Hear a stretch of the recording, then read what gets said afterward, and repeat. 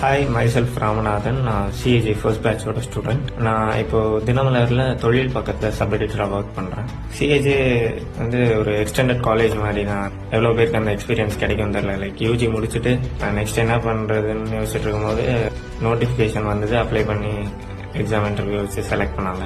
நாங்கள் ஒரு 100 ஸ்டூடெண்ட்ஸ் இருந்தோம். வித்தியாசமான எக்ஸ்பீரியன்ஸாக இருந்தது. மீடியா பற்றி ஒரு டிஃப்ரெண்ட் பெர்ஸ்பெக்டிவ் தெரிஞ்சது.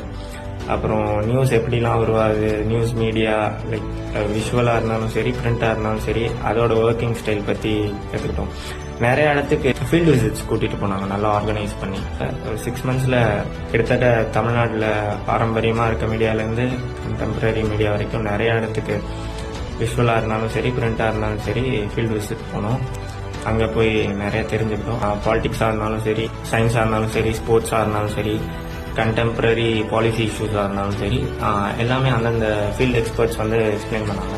100ல் நிறைய பேர் எனக்கு தெரிஞ்சு இப்போதைக்கு நிறைய பேர் பிளேஸ் ஆகிட்டோம்.